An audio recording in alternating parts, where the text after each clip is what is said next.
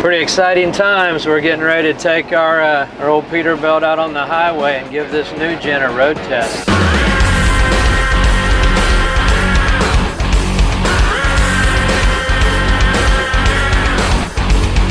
We come from the land of the ice and snow, from the midnight sun where the hot springs flow. Sure does drive nice. We only had to drill a single hole on each side. Pretty impressive kit. I would highly recommend it if you've got a 389 Peterbilt with factory air suspension on the front. We've worked under the front end of the truck, put the new gen on. We've still got that new truck drivability, you know, kind of the old one finger steering. Some of the add-on air ride kits, you get because you've really altered so much geometry under the hood, not just ride height, steering geometry and different pressures on the leaf springs and shock absorber angle and placement. This new gen does exactly what they said it would. Like, look at that steering wheel. You're not getting any vibration, not pulling either direction, just same as the truck was right off factory assembly line. Really impressive in that regard. One thing we did notice that if you do this job in a shop or you do this job at home, you're gonna wanna take it somewhere and get your steering wheel recentered, because when we bring the front end of the truck down, it's wanting to turn the steering wheel just a little bit. Right now in my straight position,